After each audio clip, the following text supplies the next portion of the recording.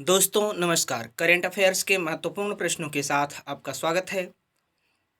आज का पहला प्रश्न, निम्नलिखित में से किस संघ शासित प्रदेश ने घोषणा की कि वह जल ग्रामीण मिशन के तहत दिसंबर 2022 तक सभी ग्रामीण परिवारों को नल का जल कनेक्शन प्रदान करेगा?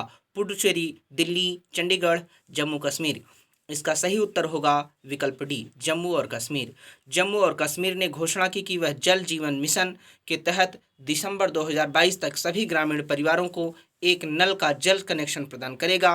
वर्ष 2020 में राज्य 3 जिलों के सभी 5,000 गांवों जैसे कि गंधारबल, श्रीनगर और रायसी के 100% कवरेज के लिए योजना बना रहा है।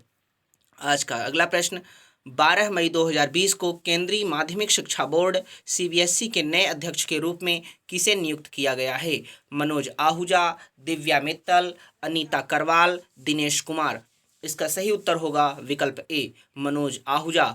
मनोज आहूजा को 12 मई 2020 को केंद्रीय माध्यमिक शिक्षा बोर्ड सीबीएसई के नए अध्यक्ष के रूप में नियुक्त किया गया था। वह नए आईएएस अधिकारी अनीता करवाल की जगह लेंगे, जिन्हें मानव संसाधन विकास विभाग के स्कूली शिक्षा और साक्षरता विभाग के सचिव के रूप में नियुक्त किया गया है।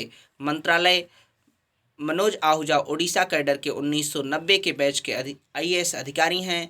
वह वर्तमान में कार्मिक और प्रशिक्षण विभाग के तहत लाल बहादुर शास्त्री राष्ट्रीय प्रशासन अकादमी में विशेष निदेशक के रूप में सेवारत हैं। आज का अगला प्रश्न, सेवा उत्कृष्टता श्रेणी के लिए VMware 2020 regional partner of the year award किस संस्थान को मिला? Anunta, Quanta, Foxconn technology, Fujitsu. इसका सही उत्तर होगा विकल्प ए, अनुनाता को सेवा उत्कृष्टता श्रेणी के लिए VMware 2020 regional partner of the year award मिला। ग्राहकों को अपने वीएम वेयर निवेश से प्राप्त मूल्य को अधिकतम करने में मदद करने के लिए परामर्श, प्रतिबंधित और सदस्यता सेवाओं सहित अपने कौशल और सेवाओं की क्षमताओं का उपयोग करते हुए अन्यता को अपनी प्रदर्शनकारी उपलब्धियों के लिए पहचाना गया था। आज का अगला प्रश्न, किस कंपनी ने एक नई नीति की घोषणा की है जो अपने सभी कर्मचारियों को घर से काम करने की अनुमति देगी, न केवल वर्तमान में कोरोना वायरस महामारी के मद्देनज़र बल्कि अनिश्चितकाल के बाद भी? Instagram, Snapchat, Twitter, Facebook. इसका सही उत्तर होगा विकल्प सी, ट्विटर। ट्विटर ने हाल ही में एक बयान में कहा कि उसने एक नई नीति की घोषणा की है जो उसके सभी कर्मचारियों को घर से काम करने की अनुमति देगा, न केवल वर्तमान में कोरोना वायरस महामारी के मद्देनज़र बल्कि अनिश्चितकाल के बाद भी, अगर वे चाहें तो। बयान में पढ़ा गया है कि ट्विटर में कर्मचारी एक ऐसी भूमिका और स्थिति में हैं जो उन्हें घर से काम करने में सक्षम बनाता है, और अगर वे चाहते हैं तो वे हमेशा के लिए ऐसा करना जारी रख सकते हैं। कर्मचारियों के पास वापस लौटने के लिए सुरक्षित समझे जाने पर अतिरिक्त सावधानी बरतने से कंपनियों के अधिकारी काम करने पर लौटने का विकल्प होगा। आज का अगला प्रश्न, निम्नलिखित में से किस आईआईटी और Duke NUS medical school Singapore ने अगले 30 दिनों में भारत में विभिन्न राज्यों के लिए संक्रमित लोगों की कुल संख्या का विश्लेषण करने के और भविष्यवाणी करने के लिए डेटा विज्ञान मॉडल का इस्तेमाल किया है? भारतीय प्रौद्योगिकी संस्थान बॉम्बे, भारतीय प्रौद्योगिकी संस्थान भुवनेश्वर, भारतीय प्रौद्योगिकी संस्थान खड़गपुर, भारतीय प्रौद्योगिकी संस्थान गुवाहाटी। इसका सही उत्तर होगा विकल्प डी, भारतीय प्रौद्योगिकी संस्थान गुवाहाटी। भारतीय प्रौद्योगिकी संस्थान गुवाहाटी, आईआईटी गुवाहाटी और Duke NUS medical school Singapore ने अगले 30 दिनों में भारत में विभिन्न राज्यों के लिए संक्रमित लोगों की कुल संख्या का विश्लेषण करने और भविष्यवाणी करने के लिए डेटा विज्ञान मॉडल का इस्तेमाल किया है। आज का अगला प्रश्न, भारत सरकार ने 20 लाख करोड़ रुपए प्रोत्साहन पैकेज की घोषणा की जो भारत के सकल घरेलू उत्पाद के कितने प्रतिशत के बराबर है? 20%, 30%, 10%, 15%। मित्रों, यह प्रश्न बहुत ही इंपॉर्टेंट है। इसका सही उत्तर होगा विकल्प सी 10%। भारत सरकार ने 20 लाख के प्रोत्साहन पैकेज की घोषणा की, जो भारत के सकल घरेलू उत्पाद के लगभग 10% के बराबर है। इसका उद्देश्य देश को आत्मनिर्भर बनाना और रुकी हुई अर्थव्यवस्था को पुनर्जीवित करना था। निर्भर भारत अभियान आत्मनिर्भर भारत अभियान या योजना के विवरण का वित्त मंत्री निर्मला सीतारमण द्वारा अनावरण किया गया। पीएम नरेंद्र मोदी द्वारा घोषित सुधारों में कृषि, तर्कसंगत कर प्रणाली, सरल और स्पष्ट कानून, सक्षम मानव संसाधन और एक मजबूत वित्तीय प्रणाली के लिए आपूर्ति श्रृंखला सुधार शामिल हैं। आज का अगला प्रश्न, ब्रिक्स देशों के न्यू डेवलपमेंट बैंक ने कोविड-19 के प्रसार को रोकने में मदद करने के लिए भारत को $1 बिलियन के आपातकालीन सहायता ऋण को पूरी तरह से खारिज कर दिया है। एनडीबी का मुख्यालय कहाँ है? Beijing, Seoul, Shanghai, Kuala Lumpur. इसका सही उत्तर होगा विकल्प सी, शंघाई। ब्रिक्स के शंघाई स्थित न्यू डेवलपमेंट बैंक ब्राजील, रूस, भारत, चीन, दक्षिण अफ्रीका देशों ने भारत को कोविड-19 के प्रसार और मानव सामाजिक आर्थिक को कम करने में मदद करने के लिए $1 बिलियन के आपातकालीन सहायता ऋण का पूरी तरह से खंडन किया है। कोविड-19 महामारी से होने वाला नुकसान भारत को आपातकालीन सहायता कार्यक्रम ऋण को 30 अप्रैल को एनडीबी निदेशक मंडल द्वारा अनुमोदित किया गया था। आज का अगला प्रश्न, निम्नलिखित में से किस आईआईटी ने हाल ही में एक भारत EBSB अभियान के तहत पोस्टर मेकिंग प्रतियोगिता का आयोजन किया?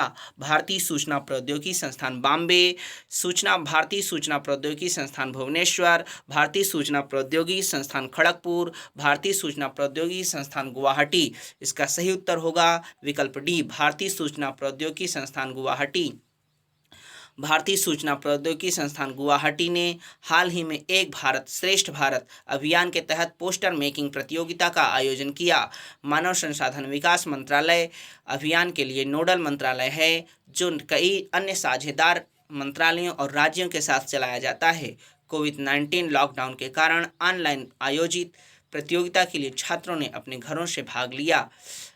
आज का अगला प्रश्न, फीफा विश्व कप लिथुआनिया 2020 को किस वर्ष आयोजित करने के लिए पुनर्निर्धारित किया गया है?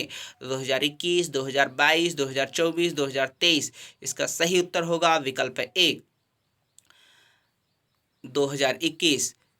फीफा फुटबॉल विश्व कप लिथुआनिया 2020 को 12 सितंबर और 3 अक्टूबर 2021 के बीच आयोजित करने के लिए पुनर्निर्धारित किया गया है। आज का अगला प्रश्न, निम्नलिखित में से किस देश ने हाल ही में कहा कि वह संयुक्त राज्य अमेरिका द्वारा ईरान पर हथियारों को बढ़ाने और इस्लामिक गणराज्य के खिलाफ संयुक्त राष्ट्र के प्रतिबंधों का विरोध करने के लिए किसी भी प्रयास का विरोध करेगा? कनाडा, रूस, चीन, भारत। इसका सही उत्तर होगा विकल्प बी, रूस। रूस ने हाल ही में कहा कि वह संयुक्त राज्य अमेरिका द्वारा ईरान पर हथियारों को बढ़ाने और इस्लामिक गणराज्य के खिलाफ संयुक्त राष्ट्र के प्रतिबंधों का विरोध करने के किसी भी प्रयास का विरोध करेगा। संयुक्त राष्ट्र में रूसी राजदूत वसीली नेमेंजिया ने एक वीडियो कॉन्फ्रेंस के दौरान बहुत स्पष्ट रूप से व्यक्त किया कि ट्रंप प्रशासन को संयुक्त राष्ट्र सुरक्षा परिषद में ईरान पर प्रतिबंध लगाने के किसी भी उपाय को आगे बढ़ाने के लिए एक कठिन समय होगा। आज का अगला प्रश्न, कई एमएसएमई की तरलता मुद्दे को संबोधित करते हुए सरकार ने स्रोत TDS पर कटौती और स्रोत TCS पर कर संग्रह की दरों को उनकी मौजूदा दरों के कितने प्रतिशत से कम करने का निर्णय लिया है? 15%, 20%, 30%, 25%। इसका सही उत्तर होगा विकल्प डी, 25%। कई सूक्ष्म, लघु और मध्यम उद्योगों की तरलता के मुद्दे को संबोधित करते हुए सरकार ने स्रोत पर कटौती और स्रोत कर पर संग्रह की दरों को उनकी मौजूदा दरों के 25% से कम करने का निर्णय लिया है। वित्त मंत्री निर्मला सीतारमण ने 20 लाख करोड़ रुपए के प्रोत्साहन पैकेज की घोषणा की। आज का अगला प्रश्न, वित्त मंत्री निर्मला सीतारमण ने घोषणा की है कि आत्मनिर्भर इकोनॉमिक पैकेज के एक हिस्से के रूप में बिजली वितरण फर्मों में कितनी तरलता होनी चाहिए? 40,000 करोड़ रुपए, 50,000 करोड़ रुपए, 60,000 करोड़ रुपए, 90,000 करोड़ रुपए। इसका सही उत्तर होगा विकल्प डी, 90,000 करोड़ रुपए। वित्त मंत्री निर्मला सीतारमण ने घोषणा की है कि आत्मनिर्भर आर्थिक पैकेज के एक हिस्से के रूप में आपातकालीन वितरण फर्मों में 90,000 करोड़ रुपए की आपातकालीन तरलता है। यह राज्य द्वारा जारी गारंटी के साथ किया जाएगा। पैसे के जलसे के साथ बिजली वितरण कंपनियां बिजली उत्पादन कंपनियों को भुगतान करेंगी। छूट उन डिस्कॉमों को दी जाएगी जो इसे फिर से उपभोक्ताओं को सौंपेंगे। आज का अगला प्रश्न, निम्नलिखित में से कौन सा राज्य किसानों को यह बताकर फसलों की खेती को विनियमित करने वाला पहला राज्य बन गया है जो अपने पायलट प्रोजेक्ट के हिस्से के रूप में विकसित हो? बिहार, हरियाणा, पंजाब, तेलंगाना। इसका सही उत्तर होगा विकल्प डी, तेलंगाना। तेलंगाना किसानों को अपनी पायलट परियोजना के एक हिस्से के रूप में विकसित करने के लिए कहकर फसलों की खेती को विनियमित करने का वाला पहला राज्य बन गया है। तेलंगाना के मुख्यमंत्री चंद्रशेखर राव ने 12 मई 2020 को एक बयान जारी कर कहा कि राज्य धान उगाने को 50 लाख एकड़ तक सीमित कर देगा। आज का अगला प्रश्न, भारत निर्वाचन आयोग ने किस विधानसभा क्षेत्र से संबंधित चुनाव याचिका पर गुजरात उच्च न्यायालय के फैसले के विवरण की जांच के लिए अधिकारियों की 3 सदस्यीय समिति का गठन किया है? बनासकांठा, पोरबंदर, ढोलका, पंचमहल। इसका सही उत्तर होगा विकल्प सी, ढोलका। भारत निर्वाचन आयोग ने ढोलका विधानसभा क्षेत्र से संबंधित चुनाव याचिका पर गुजरात उच्च न्यायालय के फैसले के विवरण की जांच के लिए अधिकारियों की 3 सदस्यीय समिति का गठन किया है। उमेश सिन्हा महासचिव ईसीआई की अध्यक्षता वाली समिति में 2 सदस्य शामिल होंगे, चंद्रभूषण कुमार उपचुनाव आयुक्त और विजय पांडे निदेशक कानून। समिति को निर्णय के विवरण की जांच करने और जल्द से जल्द आयोग के समक्ष पेश करने की आवश्यकता होगी।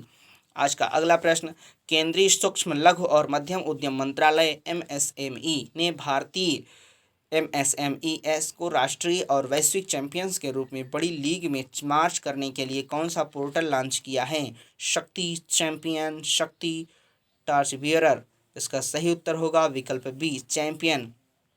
चैंपियंस पोर्टल को केंद्रीय सूक्ष्म लघु और मध्यम उद्यम मंत्रालय द्वारा शुरू किया गया है। यह एक प्रौद्योगिकी संचालित control room cum management information system है। उत्पादन और राष्ट्रीय शक्ति बढ़ाने के लिए निर्माण और आधुनिक प्रक्रियाओं के सामंजस्यपूर्ण अनुप्रयोग के लिए चैंपियन खड़ा है। यह पोर्टल एमएसएमई मंत्रालय का वन स्टॉप शॉप समाधान है। चैंपियन पोर्टल टेलीफोन, इंटरनेट और वीडियो कॉन्फ्रेंस जैसे आधुनिक आईसीटी टूल का उपयोग करता है और इसका लक्ष्य भारतीय एमएसएमईएस को राष्ट्रीय और वैश्विक चैंपियन के रूप में बड़ी लीग में जाने की इसमें सहायता करना है। आज का अगला प्रश्न, भारत ने 13 मई 2020 को शंघाई सहयोग संगठन के विदेश मंत्रियों की बैठक में भाग लिया। एससीओ का मुख्यालय किस शहर में स्थित है? Beijing, Wuhan, Shenzhen, Guangzhou. इसका सही उत्तर होगा विकल्प ए, बीजिंग। भारत ने 13 मई 2020 को शंघाई सहयोग संगठन के विदेश मंत्रियों की एक बैठक में भाग लिया।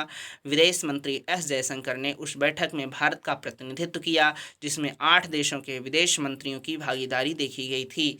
बैठक को कोविड-19 के खिलाफ लड़ाई में सहयोग करने के तरीकों पर चर्चा करने के लिए बुलाया गया था। एससीओ का मुख्यालय बीजिंग में है। आज का अगला प्रश्न, किस कंपनी ने पीपीई किट के लिए भारत की पहली स्वदेशी हॉट एयर सीम सीलिंग मशीनों का अनावरण किया? मैकपावर, एचरेक्स, पेंटी समाधान, मिडटेक। इसका सही उत्तर होगा विकल्प ए, गुजरात स्थित मैकपावर ने पीपीई किट के लिए स्वदेशी हॉट एयर सीम सीलिंग मशीनों का अनावरण किया। यह भारत की पहली स्वदेशी हॉट एयर सीम सीलिंग मशीन है।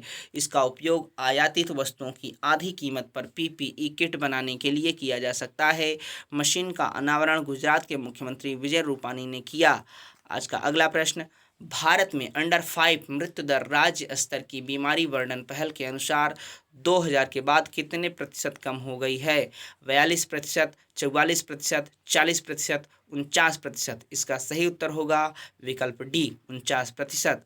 राज्य स्तरीय रोग वर्णन पहल द्वारा बाल अस्तित्व पर भारत के 2 वैज्ञानिक पत्रों में कहा गया है कि भारत में 2000 के बाद से मृत्यु दर में 49% की गिरावट आई है। इसके अलावा राज्यों और एक के बीच दर में 6 गुना भिन्नता है।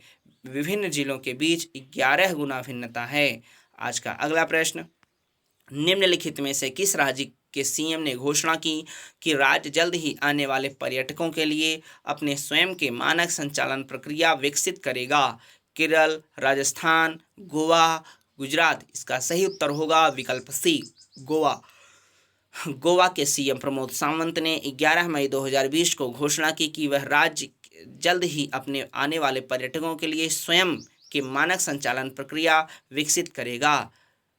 आज का अगला प्रश्न, सुप्रीम कोर्ट ने जम्मू कश्मीर में 4G इंटरनेट सेवाओं की बहाली के लिए एक उच्च स्तरीय समिति गठित करने का आदेश दिया। इस समिति के प्रमुख कौन हैं? सामंत गोयल, अनिल कुमार गुप्ता, अजय कुमार भल्ला, राजीव गौबा। इसका सही उत्तर होगा विकल्प सी।